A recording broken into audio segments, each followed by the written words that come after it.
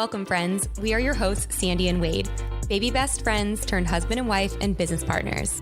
This podcast is for the dreamers, the movers and shakers, and those who seek to attract their dream life. Strap in. Getting magnetic in 3, 2, 1. Like attracts like. If you see it in your mind, you can hold it in your hand. You just decide what it's going to be, who you're going to be, how you're going to do it. And then from that point, the universe is going to get out your way. This moment in time, this is your time to rise. All right. I am fired up, pun intended, for today's guest. One of my best friends in the world, the man, the myth, the legend. His name actually is Sean Percy Travis. He has like 3 names. That's pretty dope. And Sean and I literally just rolled in the door. We're recording live together. Sandy's here too. Say hi, Sandy. Hi. And we just rolled in we're both doing an Ironman together. We were literally just training. We rolled in. I'm still in my bike shorts. He, out of courtesy, threw shorts on for Sandy. And we're excited to have him here. I'm going to go real quick into who is Sean. And then we're going to get into some questions, get to know Sean, and get to know kind of how Sean's going to impact the world. I also need to share how this is even a thing because I actually met Sean way before you did. No. You can do your thing and then I'm going to tell my story. Roger that. So, all right. Technical bio, on the books, paper bio. Sean, he's a full-time firefighter and the founder of Functional Hero and the Calling Man, which I'm really excited to dig into. He's a certified strength and conditioning specialist, tactical strength and conditioning facilitator, and a certified personal trainer with the ACE and NASM. He has degrees from Loyola Marymount in biology and health and body sciences, and is currently in his master's and doctorate program for human performance. He's like one of those like really cool guys, but like a total nerd as far as when it comes to like science and different things. And he'll tell me about like my body. I'm like, dude, yeah. That's all good. Like, that's really cool, but kind of nerdy at the same time. But Sandy, all right, how do you know Sean? Okay, so Sean and I actually met at Stagecoach. I want to say it was like maybe 2014. Yeah. What do you think? Like at 8 years ago or so? At least, yeah. And I was with my crew of girls. He was with his crew of guys. This was like back when Wade and I, like, it was like when you aren't sure what you are, but like I knew I was going to marry him and I loved him. Same. But all my girls are with Sean and his friends. And so we met at Stagecoach and I always was like, dude, Sean needs to meet Wade. Like, but Wade lived in Boston. It was like this long distance thing. And so 2 years ago, you guys recently heard Kelly Pereira, my best friend, on the podcast. We were all at Kelly's wedding because this is a crazy story, but Sean's fiance, Lindsay, went to high school with Kelly. So you can see there's all these crazy overlaps and we're like meant to know each other. So Wade and Sean met in Mexico at Kelly's wedding and ever since have been like inseparable. So did I tell that right? Yeah, pretty much. We'll get to the Mexico story too. That's a wild one. But without further ado, Sean, you want to say what up to the Getting Magnetic fam? What's up? Yeah, Sandy, you also missed out the fact that you reached out randomly via social media just to say, hey, you need to meet my new boyfriend. You guys would be great friends. Like literally out of nowhere. I was like, I totally respect that. And I'm really looking forward to meeting this guy. When you know, you know. When you know, you know. Yep. So good. Okay. So with all that said, obviously we were all meant to be friends and I'm so excited that you're here. So we invited Sean to be on because he is just one of the most charismatic and like incredible humans ever. He's so joyful. He's so kind. He's the best storyteller. He's such a giver and a lover and just a good friend to all. And we wanted to expose him to the Getting Magnetic community because he just has so many gifts and so much to share. And yeah, we really just wanted you to share your story. So can you set the stage? Tell us a little bit about Sean. Like, what was your upbringing like? Tell us a little bit of your story. Yeah. Thank you for that intro. Who am I? Yeah, well, I am one of the few and far that can actually say they were born and raised in Southern California and stuck around. Absolutely love this place. I love traveling, but I love calling this place home. So I love being one of the good people from California.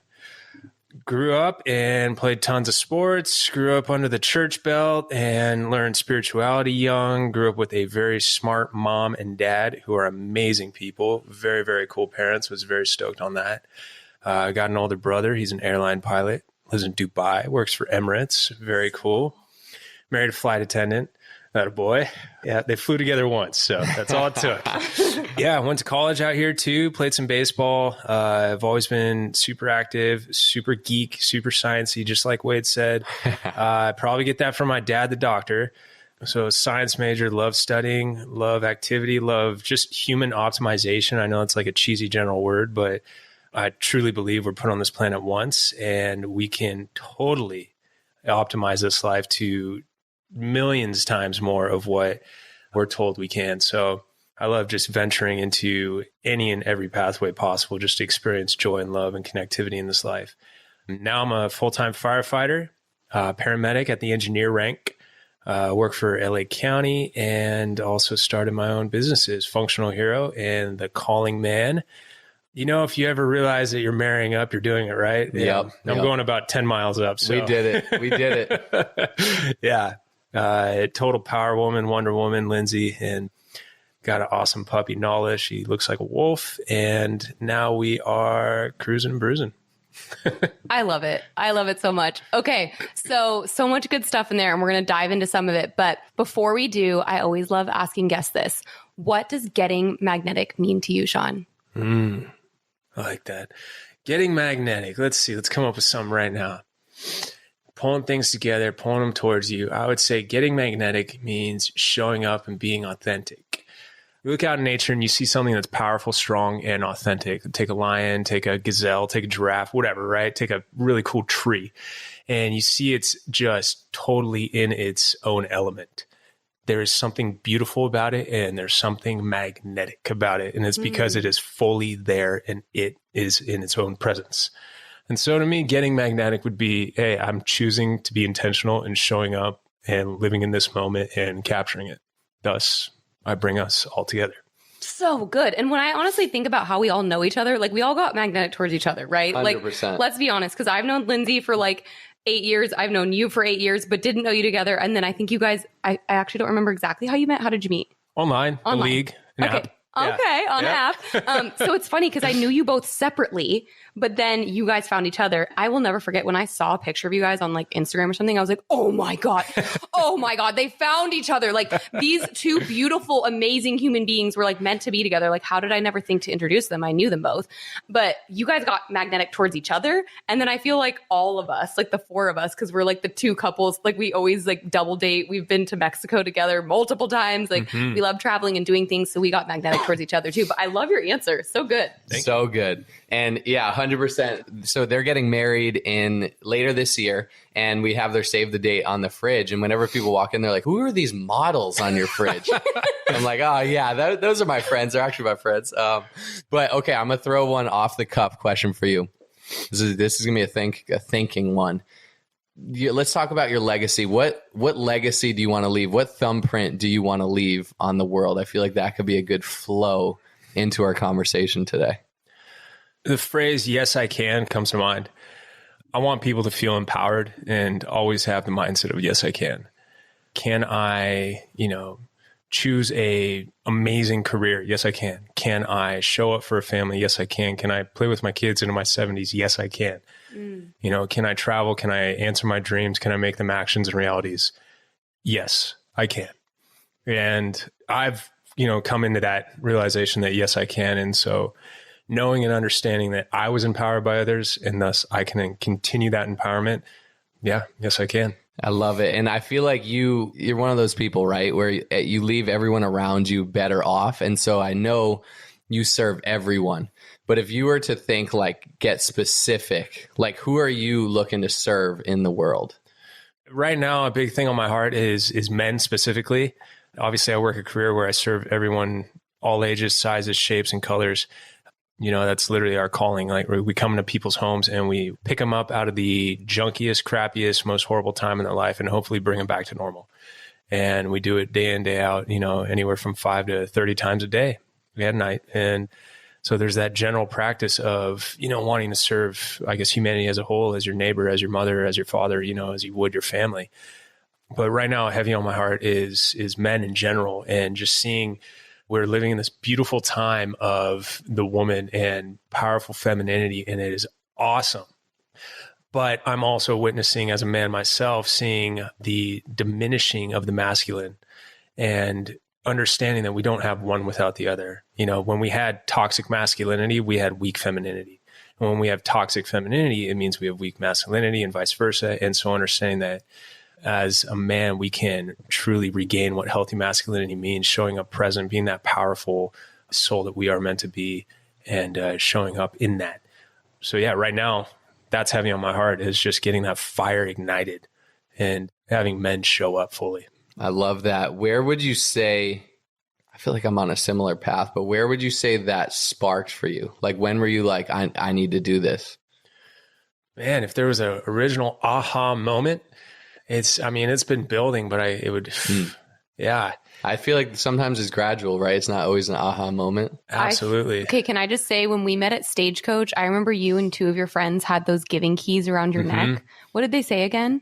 At that time, they were fearless, wild, and faith. And just the meaning behind that, I was like, I don't know any dudes that are this like intentional. Like, can you like explain a little bit about what that was about and how I just thought that concept was so cool. Absolutely. So totally based off the same thing, reigniting that just like godlike fire within all of us, right? So Giving Keys, a little backstory on that. It's a company that produces keys. They employ the homeless, which is really cool. And they just etch words on the keys. And these words will be anything from like let go to believe to courage to, you know, you pick it, and anything under 8 letters, it'll fit. And your goal is to take the word on the key. So let's say let go, right? That was the first one that was given to me.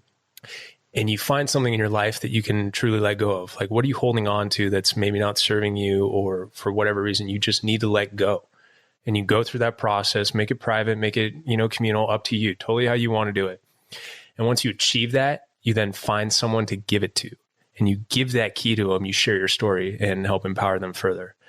And so we got on this kick of just getting these keys. And then it was just like tackling like life step after life step of like, you know, I had a belief one, a courage one, to let go one. And I was like, we were just in love with this process. And at the time, me and these two buddies were traveling a bunch and doing this a bunch. And we nailed down on the 3 keys. I had fearless, my other buddy had wild, and the other buddy had faith. And it just kind of rang together, fearless, wild, faith. And one of them took it stronghold. He has an Instagram with it, made some clothing and products with it too. But we just loved the message that brought, and built like a slogan there: live fearless, you know, that you never like are without bounds; wild, that you always keep that childlike spirit; and faith, that you're exactly where you need to be. So good. And like, this is like, that's how I met you. And so hearing like kind of the vision you have with what you're doing now, like it's just so in alignment. Like, you've always been this like very deeply intuitive, insightful, like thoughtful thinker to me, where I feel like a lot of men, maybe they are like that, but they just don't outwardly show that. And to me, you've always confidently like outwardly showed that. And it's almost like this beautiful vulnerability that a lot of men like don't lean into. So yeah, I just wanted to share that because I thought that was cool. I want to piggyback on that too, that beautiful vulnerability. I've learned in my older age that vulnerability is strength, and vulnerability is a part of masculinity. And I'd love for you to dive into kind of how you think about what is healthy masculinity, because I think people might think, okay, masculinity is like the male ego and like strong and like the protector and the dominator and the leader. And what is healthy masculinity to you? And how is it, I guess, different than what the world might think it is? Yeah. Well, the strong man is the compassionate man. You know, immediately think of my dad, my father. I, again, truly, truly blessed to have such a great man as a role model. The guy tackled, I can't tell you how many ventures, how many things. You know, it's one of the reasons that I can see fortitude and grit as a reality. You know, he's literally beat away death at his door 3 different times, you know, in my life. And I've seen it all. And he just comes out swinging, comes out with a smile on his face. He is like the smartest man I've ever met, and has always been just like this very loving, caring guy. But he had this transition. And you know what? Now that you ask this whole question, this might be where that gut core compassion towards empowering men came from. Is actually probably my dad, and just seeing how this transition became such a beautiful thing. But so my dad's like 6'4", 6'5", 240 pounds, like just big boned. You know, we come from a Viking family. Like these, I go to my cousins' family reunions. I'm 6'2", 210. I'm the smallest of my cousins. It's Oh my gosh. yeah, these are big boys. And so you have this like stature, this prominent, this presence. And not only that, he's a doctor. And like, he comes in the room, he's got this charismatic, just like aura about him. But at the time when I was super young, he was easily angered, easily agitated. And so it was more on that, I'm not going to call it toxic, but it was more on that side of masculinity where we have some power, but we use it to possibly manipulate or lose control. Right. And we're all aware, we can all think of different stories where we've either as men have experienced doing it, maybe not unintentionally, or being privy to it, watching someone with power use it in a manipulative way and seeing how toxic that can be. His story, he found God, right? And he was a total big atheist scientist that thought, spirituality is for dumbos and whatnot. And then he gets invited to this conference that's completely within, and there's a million ways to find God in the universe, but this one was through Christianity. And he was invited there by a couple of his best friends and just really went as a favor. Like they were hitting him so much. He's like, fine, I'll show up. And he goes and he's sitting there listening to the first speech and, has that kind of like ego in front of him of like, man, this is so dumb. Like no one would ever believe this. You got to be a bunch of dummies. He had run late, so he couldn't find his friends. So he was sitting among strangers for like the first couple speakers. And they do this little breakout group and say, all right, get to know the people around you, like ask them, if you've ever been to a conference, they always do that, ask a question, what's your favorite car and like your 3 favorite meals and get to know each other. And the guy to his left is a rocket scientist and the guy to his right is a neurosurgeon. So he's like, all right, I can't go on everyone's a dummy here. I better listen up. And what happened is he found that vulnerability, that compassion that comes with being fully present, being like within your own power and understanding how it's not just meant for the self, it's meant for others. And understanding the only way we're ever supposed to be selfish is to empower ourselves so that we can serve for others, right? So we become selfish to become selfless. And toxic part is where we are just selfish. The amazing part is when we embellish it to become selfless, right? And when he experienced that, he went from being, an awesome dad, but was easily angered, easily agitated, to probably the biggest loving teddy bear like ever. Like the guy comes in the room, he's got this glint in his eye. He wants to give you a hug. He like just walks around and talks about how like gorgeous this person is or how awesome you are to be here. It's just like, it's this full on loving experience. And he comes at it with like this immense power and fortitude behind it. Like the dude has seen life and like experienced it fully and fought for it and gone through the trenches for it. So healthy masculinity to me, that's an amazing example of, watching my father, but is that embodying your own power and then using it for others. So it's taking that full selfish attribute, right? If I'm going to work out, that's selfish, right? I'm working out to build my body, but for what use? So that I can selflessly use it to show up for my kids in my 50s and 60s, to, toss the ball with them or throw them in the pool, whatever, you know what I mean? To show up in my job as a firefighter and be able to do that efficiently. Like I'm doing this so that I can show up my best for others. And that's where that shift happens from toxic to healthy masculinity. I love it. Oh, good. I'm really excited to meet your dad and mom. I've always heard about them. They sound amazing. Oh, Mighty Mouse. Me too. So I think for everyone listening out there and ladies especially, I think this is an important topic for you too to understand, and especially like bring your husband, bring your boyfriend, bring whoever, bring your dad, brother, whoever into this, because this is a super important topic. And I think let's come full circle towards the end of the interview on like what you've created to help men and help men find healthy masculinity. And that is with this business that you've launched, The Calling Man. Before then, I think like if we're going in the timeline, like obviously you're a firefighter, LA County, and through that, you've realized, whoa, I want to optimize my human experience. My human experience is different than most people in being a first responder. What has that been like? How is Functional Hero born out of that? Can you kind of walk us through that story? Yeah, absolutely. This one kind of gives me chills. So Functional Hero, it's the totality experience for health and longevity practices for first responders. Who's a first responder? Because I didn't know this before I knew you.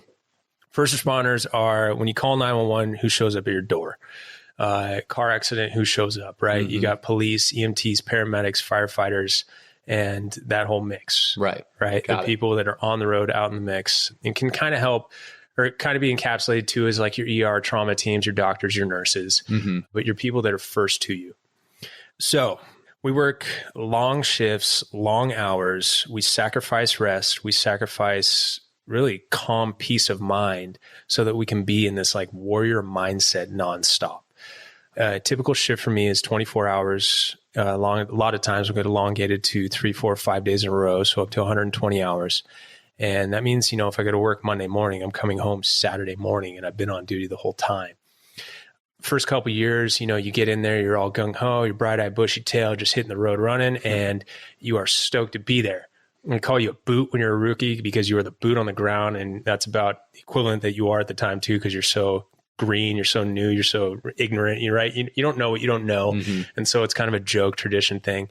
And you're just nonstop get going. If I have low energy, I'm going to drink a Bang Energy just to be right back up. A Monster. What can I do? Tobacco. I don't know. I just got to keep going, right? I'm all high energy. Question, is that sustainable?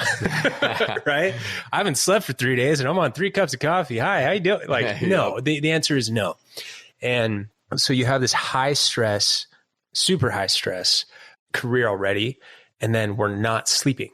So if you don't sleep, you're increasing your stress more. So it's like a pick six for the other team. It's not like, oh, I didn't gain as much recovery. It's like, no, instead of recovering, so instead of healing yourself, you broke it down even more. Now you multiply that over weeks, over months, over years, over decades. And here's the sobering statistic, is the number one cause of death for active duty first responders is suicide. This is a job that we come into as a calling that we're passionate about, that we love, that people will talk about. We all, look happy and fun, and, firefighters always look like they're having a good time. Well, apparently we're offing ourselves. So what in the actual F is going on, right? When that hit the table in the past couple of years, I was at work one day and we do this thing called lineup every morning. So we show up early in the morning, 6:30 to 7 o'clock to do our relief. And then, the off-going crew will kind of tell us what happened, what we need to check out and whatnot. And then from like 7 to 8, 8:15, we'll clean, check out, do our full maintenance from top to bottom, head to toe of all of our gear, all of our tools. If you ever see a fire engine truck, paramedic engine truck, any of that, they're just massive toolboxes, right? You call 911, we're there to handle the problem, which means we need to be able to fix whatever's there. So we have tools galore, right? And we're just jack of all trades. So you're checking that all out. You're all amped in the morning, drink your coffee, joking with the guys. You sit down at the table, and then you do this thing called lineup. And lineup, they kind of go over tasks of the day, any drills, any, things we should try to do depending on the call volume, and, just updates. And we have these things called red sheets and blue sheets, and all these here's some bad things that have happened in the past. Let's make sure we don't repeat them. Deaths, line of duty deaths, and then it comes across, kind of gets breezed over. This article comes out, hey, here's another, red sheet. Turns out, suicides are number one cause of death, guys. So if you have anything, the captain, and it's a tough thing to handle, right? Hey, if you guys need any help, like mental health, do not be afraid to ask, reach out. We got some resources.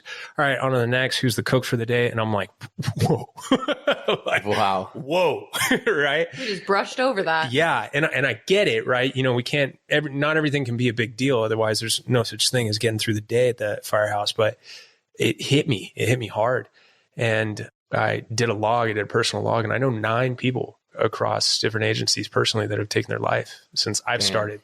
And I've only been in the game just over 12 years. So I can't imagine how many outside of my circle, guys that have known 20, 30 years of experience and whatnot. And it's the same for military. Military is the same.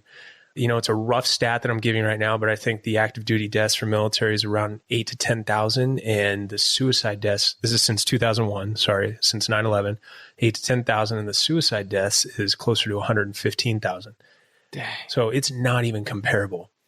Okay, so that dark demise, right? We're talking about reality here, but what are we doing wrong? Because this isn't overnight. And, there are some cases where, a switch gets flipped and, something biological happens, but that's not the case with most of these things. And also understanding, is this a lifestyle thing? And also understanding, is this a path that I could fall down? Because the guys that I knew, I'm sure as hell sure that, 10 years prior, they never thought they were going to do that, right? So I'm there. Does that mean I could go down that path? I'm living their life right now. Theoretically, I'm in their career doing the same. Oh my gosh. So what are we doing wrong? And I started down the whole research nerd geek out, getting to the science of it all, right? And I went down to like the cellular function of the body. So one of the things I love about my major is it was a mix of natural science, biology, health and body sciences. And I like to tell people it was kind of like this just general overlay of digging into everything from the smallest piece of matter in the universe in form of energy all the way out to how it works. So everything from like the smallest little quark is, I think, the smallest thing we are aware of, into black matter, all the way into the cells, all the way into the like cellular function, the systems, the organ systems in the body, into like how we play into the universe, how the universe itself works and then works back in us. So it was this awesome overlay. So I love digging into the science of it. So I started digging into what's actually happening with our lack of sleep, high stress job. And I learned that it is the same mechanism that when you feel foggy, malaise, fatigue, chronically tired, chronically stressed, is the same exact mechanism that plays into depression, suicide, stroke, cancer, heart disease, all our top killers. I'm like, oh my God, it's the same path, right? We got to be able to do something to tilt the scale back. And you start researching all these health professionals and all these biohackers, you know, all these like people that have the answer to living a better life in this new day and age of like high tech, you know, cell phones in our face. We never take a break. And their number one parameter always is, all right, how's your sleep? Are you getting enough sleep? If you're not, you're losing. And I'm like, okay, well, I don't have that option. So what else, right? I got to check that off the list. I can't go live in the mountains and sleep soundly every night. Like I signed up for a career where that's not the option. So what can I do to tilt it back? And I started finding that there are ways. There's one, fitness. Fitness is huge. It is everything from your immune system booster to, you know, mitochondria to DNA to everything booster, vitality booster. You take the top 3 antidepressants in the world, you combine all their efficacy, all 3 combined still doesn't match up to what fitness does. So you know it's the ultimate vitality mood booster. Okay, longevity. Cool. It is absolutely. We were made to move. Sedentary means death. If you sit on the couch too long, you will just literally rot away, and you'll like freeze up. Your joints will lock up. Your back will get bad. You'll be that person with quote unquote bad knees, bad back. When I'm doing quotes right now because I'm a firm believer there's no such thing. It's called an untrained back or an untrained pair of knees, right? We can fix it. And I just went through a back injury and I went through that mindset, fought out a surgery and ended up just training my back and healing itself. So came into the parameters of, okay, so fitness, but there's also a ton of biohacks that we can do, like breath work, mindfulness, cold therapy, cold immersion, heat therapy, heat immersion, inversion stretching, and then how we transition, how we're doing this timing throughout the day, figuring out that it's a process of high, low, and figuring out into our nervous system. The big, I guess the major player in all this is your vagus nerve. Your vagus nerve controls your autonomic and somatic nervous system. So in your somatic is everything you can control. So if I'm moving my arms, if I'm giving you a high five, a hug, right, that's all somatic. And then autonomic is automatic. So it's an easy way to remember it. So it's everything that you're not controlling. So your heart rate, your digestive system, right? You know, blinking your eyes, like anything that just happens automatically, that's autonomic. So your vagus nerve kicks into that area. And then you have sympathetic in that area and parasympathetic. These are all automatic processes. And if you guys have heard of sympathetic, that's the fight or flight response. And, you know, it's a hot word right now, fight or flight. You know, if you're running from a lion, you know, it's a big metaphor, your fight or flight kicks in.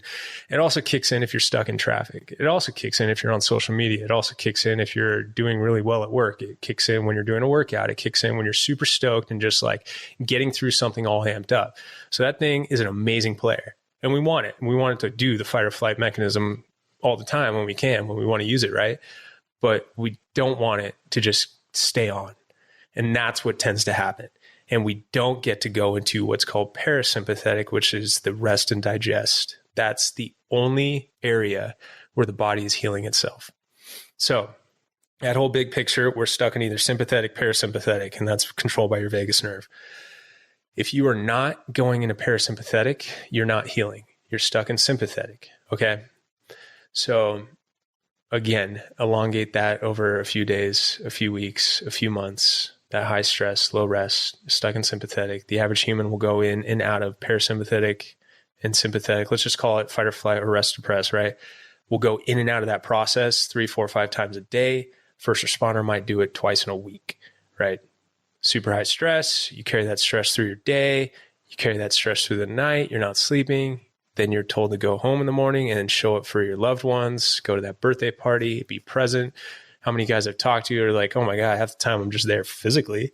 My body's there, you know, like I made it. But man, I'm trying to like, you know, down a cup of coffee and just like be anything of a human, right? You feel like a zombie.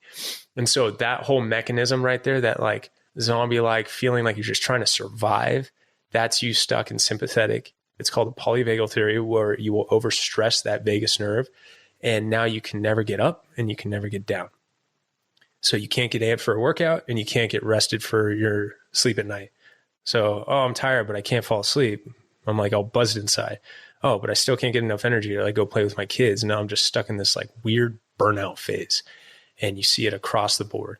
And this, if you want to see if you have it, are you easily agitated? Are you seeing the negative in things? Does your appetite change? Do you crave sugars? Do you have trouble having ambition and eagerness to go do things that are healthy for you, like just a walk or going to the beach because you know you like the beach if you live by it, or the mountains, whatever? Like, do you feel yourself losing your passions? And for me, one of the ways I could tell that I was experiencing it is I love playing guitar. I like didn't even want to open it. I was like, nah, it's stupid, you know. And I started finding out that in myself, I was getting burned out. I was turning in that foggy, malaise, malnourished, you know, under-rested, chronically sleep-deprived person. And I probably wasn't that much fun to be around, to be honest, unless I had like my energy drinks or a couple nights of rest. And then even then, it was like in bursts. And I remember like I'd be at a concert or something and I'd have to go take a nap mid-concert. Like, are you kidding? Yeah, that's like, a sign right there. I'm trying so hard to show up, but like my body is just fighting back and not letting me. And it's just like screaming from the inside, like this is not sustainable. So I'm like either forced to pick job and go home and sleep all day and night and then try to go back. But that's no fun, because then, you know, I'm not going to have a relationship. I'm not going to have a family. I'm not going to have friends. I'm not going to have a life. Or I got to pick life and, you know, not do this job. It's like, no, that doesn't seem right. This is my calling, right? So what are the things that we can do to bounce it back? And by doing all these, you know, within the program Functional Hero, what I found is by doing all these biohacks and these transition work, breath work, doing your movement correctly, doing, you know, this actual tactical movements that adhere to your nervous system health, you can actually bring back your system, and you can go in and out of parasympathetic and sympathetic, go in and out of rest, in and out of fight and flight, and you can be adaptable. And one of the last things I found was heart rate variability. If you guys have a Whoop strap or a ring, or I know the Apple Watch, Fitbit, and the Garmin, they're all starting to tie into it. Your heart rate variability is that's the measurable for your nervous system. So that's the one telling you, are you in parasympathetic and sympathetic? Are you going back and forth? If you're really bad at it, then you're going to show low recovery scores and you're going to have a really low heart rate variability. If you're really good at it, meaning you have good vagal tone, you have a very resilient vagus nerve, meaning, you know, ability to respond, you're going to have a higher heart rate variability. And so by increasing that vagal tone, you know, just like, you know, a muscle, I work out my muscle, it becomes stronger, more resilient. If I work out that vagus nerve, it becomes stronger, more resilient. Thus, I become a more capable human. I get my brain back. I get my creativity back, my passions. I show up for those I love. I love my job again. Everything comes back. And that's what I experience personally. And I've seen it happen with friends. I'm going to summarize that from like my perspective, layman's terms. Basically, Functional Hero. One, Shawn has done all the data, science, background, medical research, all those different things. So one, you don't have to. Two, he's lived through it as a first responder. He got the report saying, whoa, the number one cause of death is first responders taking their own life. That sends chills through his body. He goes, I got to do something about this. Two, lives through burnout, which is more gradual, right? I have a question for you. I'll get to in that, because we see burnout across all careers, right? And it's maybe a little bit different in the first responder world, but basically he's done all this background and lived through it and realized, whoa, how can I tip the scales back in my favor? So all these issues, the burnout, the suicide rate, all lowers. Let's lower all of that. And so really looking to serve first responders in those different ways, in those hacks, breath work, sleep, how we can catch up on different things. Okay, breath work. I keep hearing breath. Like, give us one example of how someone can be intentional with breath work or an exercise to do. Absolutely. So there's a ton, but one of my favorite ones is if you ever feel like, okay, you ever been on a computer and you have too many browser windows open and then just the wheel just starts spinning and that processor can't get everything going. Yep. So your brain works kind of the same way. So that sense of overwhelm where you can't kind of like figure out what you're doing or can't dive into anything, can't focus. There's a good one where you inhale twice through your nose and out through your mouth. Do it a handful of times. The more anxious and overwhelmed you feel, do it faster and harder. But it's do that 5-10 times, right? Do that 5-10 times and watch what happens. And really, one of the things I forgot to mention is the automatic nervous system. Why breath work is so important is breathing is the only thing that we can cross over. It's the only thing of the automatic nervous system that we can control. So that's why it's so important. If my breath slows down, if I control my breathing, that means my heart rate slows down and I can control my heart rate. So understand that the totality of your body is an experience together. So if you have a stressed mind, you have a stressed liver, you have a stressed heart. Depressing thoughts, you have a depressed gut, a depressed muscular system. It's experiencing the same thing. Literally at a cellular level, the body does not know the difference between experiencing or thinking of an experience. So if I think of traffic and actually like feel what that feels like versus being in it, the same processes happen. So do that breath work. You're taking control of that automatic process that, you know, it does so beautifully most of the time, but you're taking control back and saying, no, chill out. Right? We got this. We're okay. You're telling your body like you're doing a great job, but we're going to calm down a bit. We're going to get back in that parasympathetic and we'll gear it from there. So that's like your way to jump in. I love it. And so basically Functional Hero is serving, it's geared towards first responders. It's an app and it's human optimization. It's those things that Shawn mentioned and all that background. But we see burnout, you know, in the corporate world in different places. Can this app serve beyond first responders? Absolutely. Yeah. I mean, it boils down to, are you having trouble mitigating your stress? And the answer is, if 99% of us is yes. So if you're burned out, and if anyone's burned out, they can benefit from these things. So Functional Heroes Live, it's an app. We can go download it right now. Yes, sir. Sweet. All right, let's transition into, because I know you mentioned you had a back injury on the job at work as a firefighter. You know, at that point, you're forced to take leave and you think, and that's a huge setback, right? That's like, whoa, physical setback, what that does to you mentally, you know, what that does career wise, like everything. It's such a setback. But Functional Hero was finished and the calling man was born in that time. So like oftentimes there's a setback, but it's really a setup, right? For like something even bigger, how you're meant to serve bigger. And Sandy and I have seen that over and over. So walk me through that kind of process into how Calling Man was born in amidst that setback. You know, growing up in sports, I always had coaches saying, you know, are you hurt or are you injured? Meaning like, can you still play, right? And the tough kid is always like, yeah, I'm just hurt. I can still play. And you muscle through it and you end up having like a ruptured spleen, you know, whatever. But like, yeah, I can still get through the game. And, you know, a little caveat on my history, you know, again, I'm not like tooting my own horn and saying I am so tough. I just think like I don't know if my body responds properly or what, but I played 2 games for 2 weeks in high school with a broken back. I broke my arm snowboarding and then continued for another 3 hours until I went to the ER. And another story is my academy. I had a broken shin for the last 2.5 months and never sought treatment until I allowed myself to just sit down and rest. And then the pain hit. And then it's like, oh, right. Something's terribly wrong. All right. I was pushing through what's called injured. This is not hurt, right? If I continue on, I will incapacitate myself and just be completely useless. That similar thing started to happen at work. And thank God for my fiance. She was kind of like the canary in the coal mine.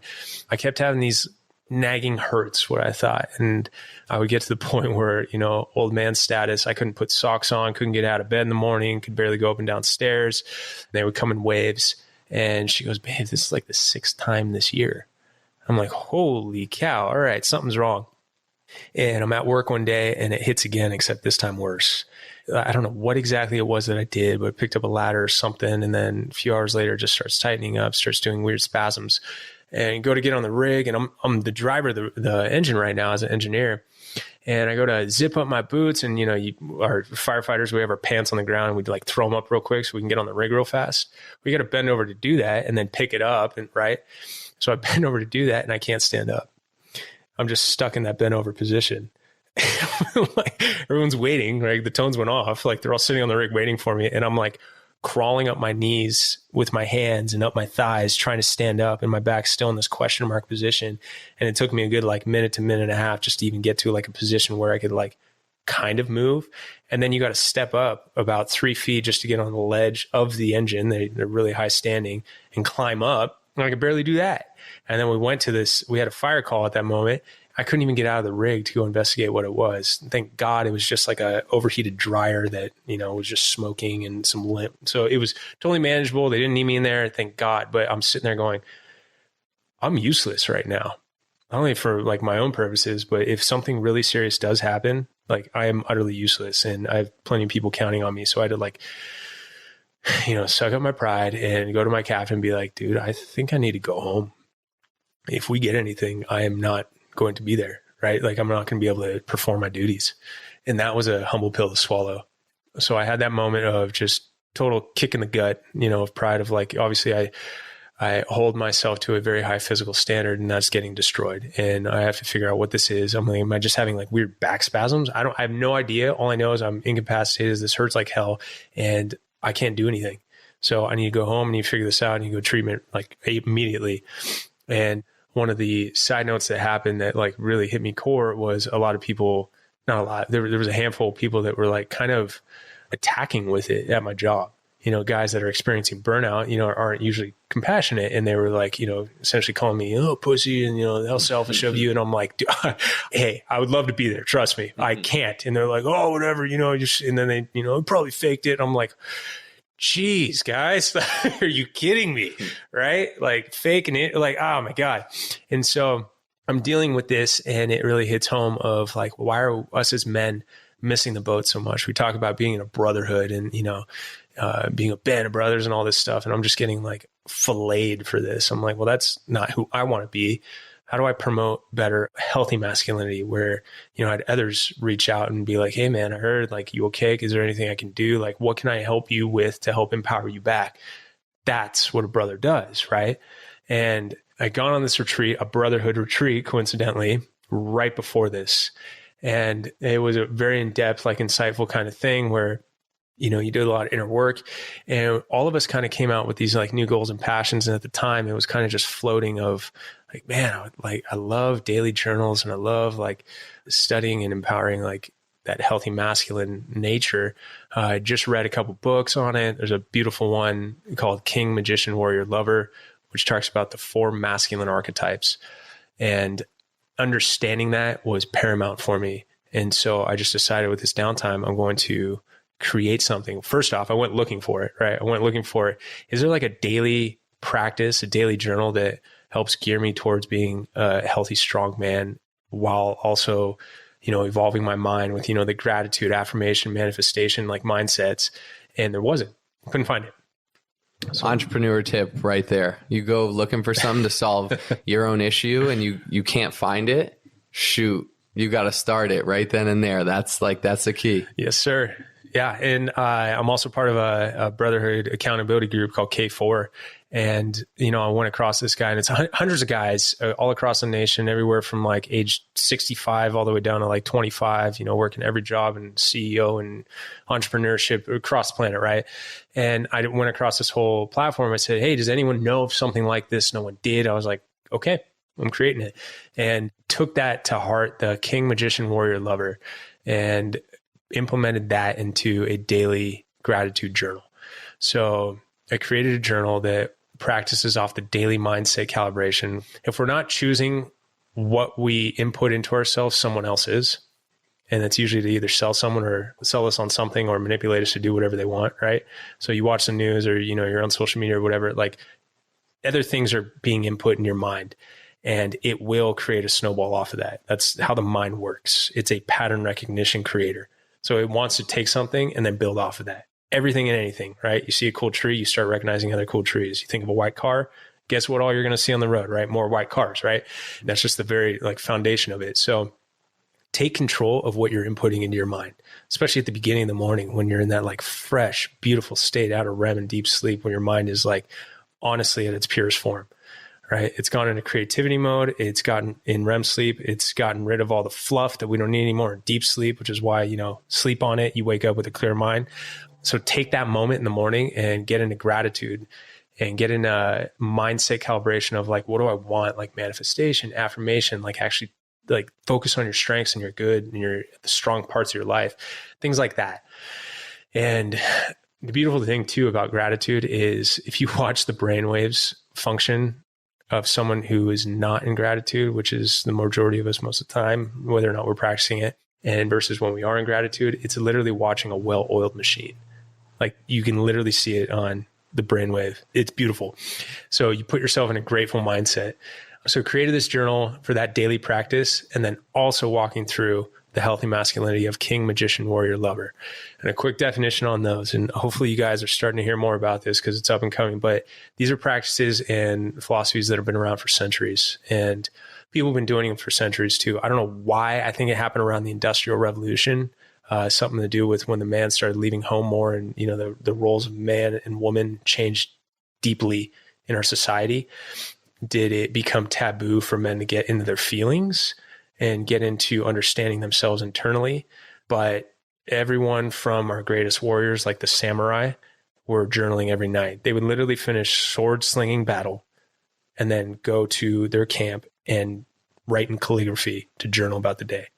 It's like, wait, whoa, okay, if they're doing it, if the Vikings were doing it, if the Romans were doing it, I feel like I should be doing it. They knew what they were doing, right? Those guys were way tougher than I'll ever be. Like, I will never understand what kind of battle that is.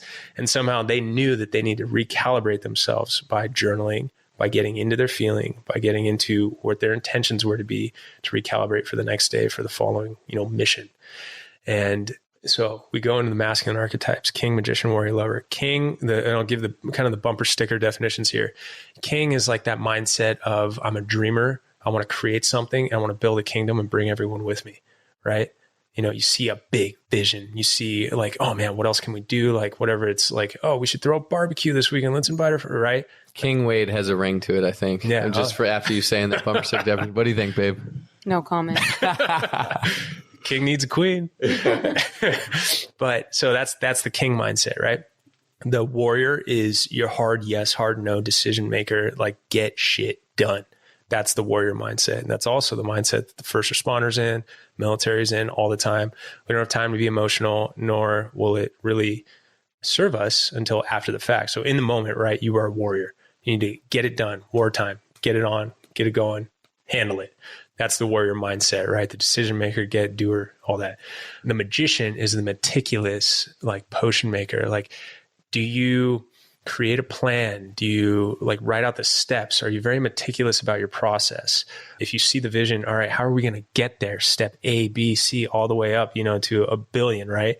That's the magician. They're going to create that plan. And then the lover is going to create meaning, connection out of it. The lover is going to be like, all right, now how are we going to do this together? Right? How are we going to bring each other together and empower each other with this?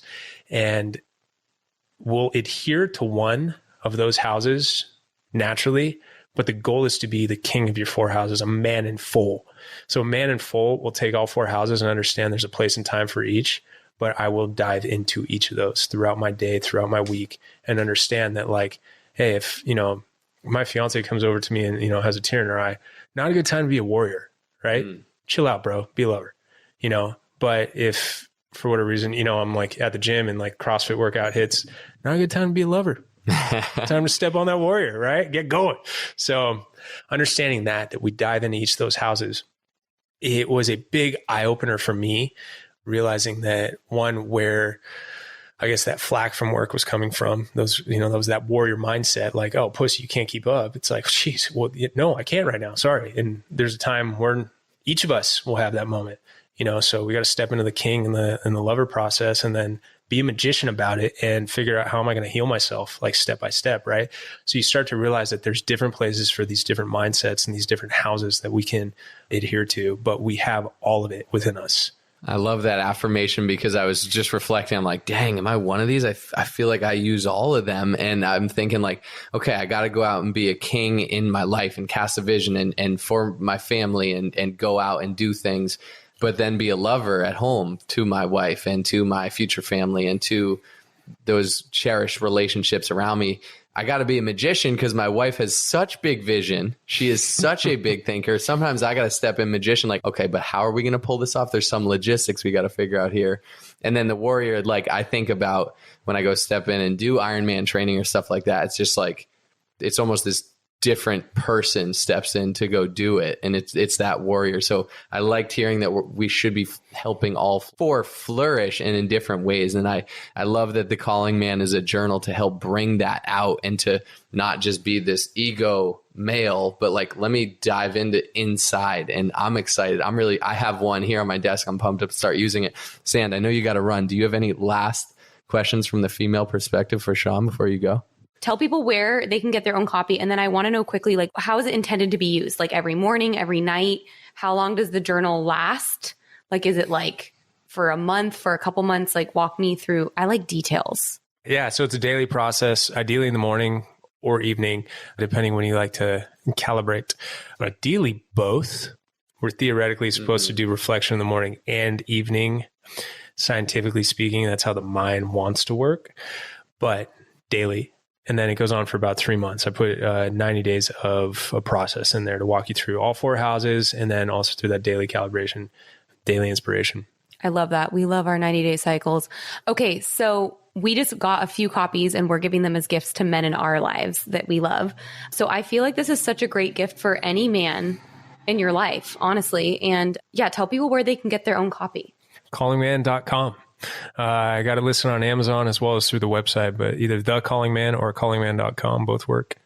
I love it. All right. So we got callingman.com. Instagram is Calling Man, right? Yes, sir. Is it The Calling Man or Calling Man? I think it's The Calling Man. It's The Calling Man. Yep. So we got The Calling Man, the journal for men. And this is a game changer. This is huge. If you're a female out there listening, what a great Father's Day gift, anything. Just a gift for loving your man. Like it would be huge for that. I'm pumped for it. I'm pumped to start using it. And the functional hero too. Like this comes back to the legacy you're leaving and really looking to serve in different ways right now. How do we connect with you there?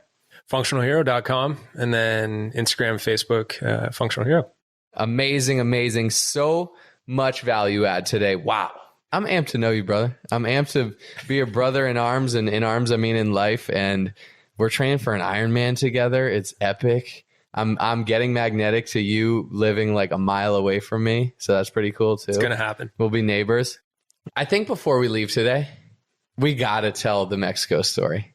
We got to tell it. So Shawn's fiance, Lindsay, a dear friend of ours, she's deathly allergic to peanuts, like serious. So everywhere we go now, we make sure there's no peanut oil, no peanut butter, anything. So we're at our friend Kelly and Asari's wedding in Mexico on an island, like remote, absolutely stunning, beautiful. And we see Shawn and Lindsay, they're kind of off to themselves. And like, we think like, oh, they must've had a bunch of margaritas or something, because like Lindsay was looking like a little loose. And we go to the dance floor. We're literally on a beach. There's a dance floor on the beach. There's like Avicii bumping. I'm like, Sandy's doing everything she can for me not to take my shirt off and whip it over my head. At sunset, like, yeah, it's right? at sunset. Epic. Just we're setting the stage here. It's absolutely beautiful. And all of a sudden, I see Shawn running to the water's edge with Lindsay in his arms, like dead weight. And I'm like, oh, babe, we got to go over there. So Sandy and I run over and we get to you. You take it from there. Okay. So we're down in Mexico for this amazing wedding. And outside of Puerto Vallarta, we go to this. It's a peninsula, but they call it the island because the only way to get to this wedding venue or, area is by boat. There's no road. They don't have helicopters, apparently. You might be able to fly in, but it's only boat accessible. And it's a 45-minute booze cruise ride. And we know that because that's the ride that we took there. Mm-hmm. And they put on a heck of a show. Let me tell you, I mean, this was such a fun wedding, such a fun time.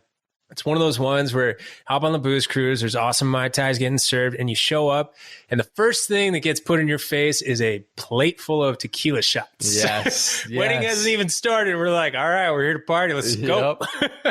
And, music's bumping. It is absolutely gorgeous. The wedding ceremony is amazing.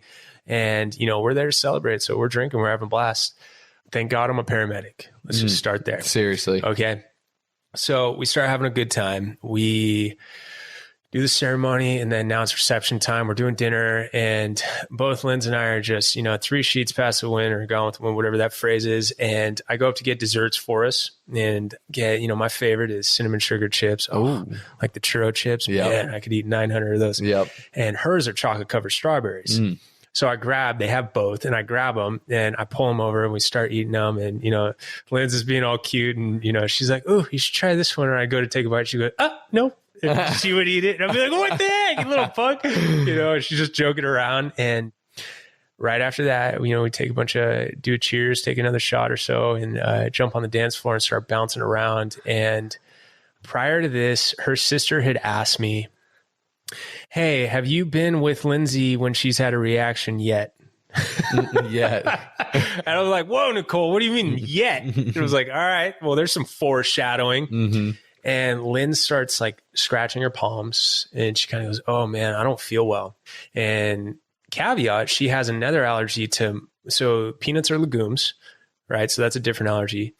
But she also has a nut allergy where she'll get either exercise-induced anaphylaxis. So if her heart rate gets above a certain period, it can induce anaphylaxis, which is where your throat closes up and you die.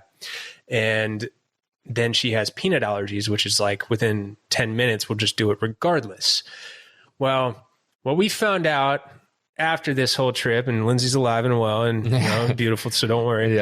But is that in Mexico, they mix their chocolate with nuts. So they use peanuts and different nuts in the factories, and that's what makes it so creamy and delicious for those of us who are not allergic. So she has those chocolate-covered strawberries. We get on the dance floor. About 5-10 minutes later, she starts having a reaction. I start asking her calmly and talk about those mindsets, the masculine archetypes. So the masculine archetypes, I was not sober and immediately jumped into warrior and was sober as day. And was asking her. Same, actually. When I saw you guys. It's amazing. It was wild. Sobered up like in an instant from like a dozen tequila shots. Yeah. And I started asking, I go full firefighter paramedic with her. I'm very calm, cool, and collected. Probably a little too much because some people did not realize there was an emergency happening. And I started asking her, hey, babe, is this a mild reaction or is this a big one? Because in the back of my mind, I'm going, we should have been on a boat 20 minutes ago if this is a big one. She did not bring her EpiPen. We're on an island. It was too big for her dress and purse. So I joke about duct taping it to her forehead from now on. But we're on this island, and, she's also trying to downplay it because poor girl. I mean, she doesn't want to go through this. She doesn't want to put anyone else through this. She's going through her nightmare. She's been through it literally a dozen times in her life. She's always been near an emergency room. So she knows the process, and dozen is understating it. She's probably been through it like 30 times because there's so many foods laced with this and different allergies that she has. So she's just trying and hoping that it's a mild one, but she starts having, and what I learned is there's some different parameters for her. Everyone's a little different with the reactions, but if like certain things start happening, like with her ears and with her throat, I know it's a big one. If it's just itchy and like some hives on her chest, then it's a small one. So that's like a big red alert for me. I didn't know that at the time. So I keep asking her, and she's like, I just need to go sit down. Also another red alert. So if her energy starts dropping, big. And I go, hey, babe, you need to let me know, like, because we need that boat coming now. I think we walked over and thought you guys were in a fight, and we're like, oh, we'll leave you guys right there to it. And like we walked back to the dance floor. We walked into like a dark area kind of because we didn't want to interrupt this wedding too, regardless if it was mild or major. She throws up, which is my red alert, like, all right, it's on. And right about then, Wade and Sandy had walked over. And I think, if I remember, I can't remember if it was you guys or other people, but I was like, hang with her, keep her head up. And I need to go find the head of this place. 1, get the boat, and 2, find if they have any emergency stuff. I don't remember that part. I saw you running over to the edge of the water. Actually, you were pretty calmly but steadily walking over, and she's lifeless in your arms. And like, we're like, shoot, snap into action, run over, like, what's happening? Yeah. And you just literally like dump her in my arms. You're like, take her, take care of her, like keep her head back or whatever position. And you're like, I gotta go. And you just start running to whoever is there to help. So I go to the head of the place and I was like, hey, do you guys have any emergency kits available, for like severe allergy reactions? And again, I might have been too calm because she goes, yeah, if we have stuff like that, if we ever need it, and then turns around. And I'm like, hey, hon, I'm not asking just to find out for my own postcard. You know what I mean? Like, we need it. Like, do we have a speedboat we can get here? Can we get back? Like, we need to get to the ER and we need like emergency care now. Yeah. And so I tell her what I do and it like pops the bowl for her. She's like, oh, okay, we'll get it. She radios out. We have an EMT coming. He's running over here right now and I'll get the boat coming. Cool. All right, we at least got the process going. I'm also thinking, I'm not losing this girl. I'm thinking in the back of my head, like I just talked to her dad, Jack. I was like, Jack, I'm not letting your daughter die. In the back of my head, I pull a steak knife off the table in case I need to give her a trach. Ooh. Like I am going full throttle. Like this lady is living. This is the love of my life. Like you are not going anywhere. Nope. Meanwhile, I'm holding her in my arms. I'm like, is she alive? How does this work? I don't know what this is. She's in this beautiful neon yellow dress for the wedding. And I'm like, this is insane. This is out of a movie. And everyone just thinks she's hammered. And all of a sudden this tin boat rolls up and Shawn was rolling back in. And I'm like, oh my God, what's happening? He's like, we're getting on the boat. We got to get to the mainland. We got to get to a hospital. So right before that happens, and talk about like God, universe, whatever you want to call it, that amazing omnipotent spirit that like holds everything together in this world. First EMT runs up, finds out what I do, opens the bag. And this is a kind of a comedic outlet. He goes, hey, can any of this help you? And I'm like, dude, it's your bag. You tell me. Like everything's in Spanish and I'm opening it all up. And luckily, randomly, I have phone service so I can like translate all these different medications. The answer is no. They didn't have what I needed. I needed epinephrine or adrenaline that reverses the reaction. And then I needed Benadryl to stop the reaction, right? So epinephrine is what's going to save her and open her lungs and, make sure her heart's still beating. Benadryl is what's going to take the allergen, the histamine off of the cell, which creates the reaction. So I needed both. And she was puking. So I needed it intravenously. I needed something to give her a shot. We can't do Benadryl pills because her body's already in rejection mode. So it's not going to absorb anything I throw into her stomach. So now I'm, like red alert, like we need to be moving. And I was like, no, let's get going. And out of nowhere, the head of the space had no idea either. She was like, oh my God, I didn't know this guy was here either. This other medic comes running up with another bigger bag. And she goes, I don't know where this guy came from. Opens it up. Gian goes, can any of this help you? And I was like, come on, guys. And I start rifling through this thing. And I find, so she's still breathing, right? Mm-hmm. So I don't quite need the epinephrine yet. So her throat hasn't fully closed, but I do need intravenous Benadryl. And I find one vial. Oh my gosh. One vial of intravenous into the shot, into her arm. And she's got a couple needles. I just grab it. I set it up. He gives her a tourniquet. Boom. And you're supposed to kind of like slow push it. I was like, whatever, she's out. Like, I just need that in her now. And I put it in there. We run out to the beach as this quote unquote speedboat. It's if you guys have ever been to Mexico and been on those boat taxis, they're like the tin fish boats. Yep. That's what they brought. And there was no dock. They like literally beached it amidst the waves, the shore break. And then we're in our like tuxes or whatever the heck we're in. We're jumping in this boat. It was insane. They lay down the life vest horizontally or perpendicularly on the boat so that we can lay her down on my lap. Like I'm holding her on my chest so that I can monitor her breathing and her heart rate. I have her wrist in my hand so I can monitor her blood pressure. As long as I know she has a pulse there in her wrist, that means her organs are perfused. They have enough blood. So I'm like just holding that and hopping the boat. And it's not like we're going across like a harbor. Yeah, it was like 45 minutes on the way over in the big boat of open water. Yeah. Like swells and everything. So this guy turns it on. We communicate. I know some Spanish. Let him know the emergent like nature of this. Like, she's not drunk. She's dying. Yeah. So let's go. And so he just Sandy and I jump in. I don't even remember why. It was just that when you aren't even thinking. It's just reaction. We're here to help. We're here to help and be there. And dude, they were helping stabilize her and everything. And we're just beelining in. I think it took us, instead of 50 minutes, it took us like 20 minutes to get back. Yeah. And it was so funny. Even in the midst of it, like we're bouncing back and forth, just bruising ourselves off this metal boat. And Wade was like, hey, if you really think about it right now, this is actually really gorgeous out. Yeah, there's something cinematic about all this. Like, let's assume that Lindsay lives through this. Like, we're going to remember this moment for the rest of our lives. Like, dude, there's something about, like, I always need to, like, silver lining, like, shine some positive light on something. And in that moment, and Shawn's there on the bottom of this tin boat, just bouncing bruises everywhere to, like, keep Lindsay from harming in any other way. Sandy and I are on like the little wood benches. Like Sandy's almost flying out. She's like, hold me down, hold me down. And she did.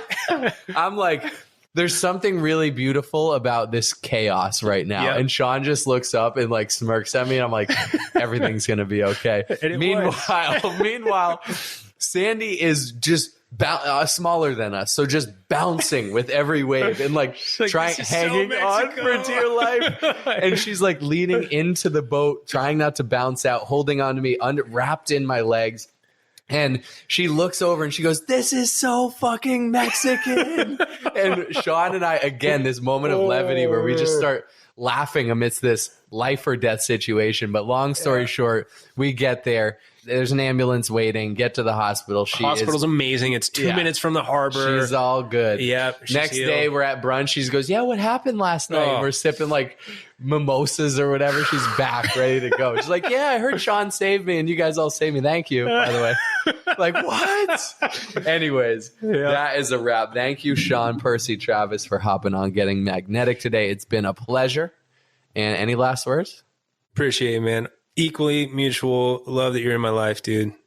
Powerful brother in arms. Thank you. Yes, let's do this. All right, guys. Have a great rest of your day. Stay magnetic. Only those that can see the invisible can do the impossible. So remember, you are magnetic.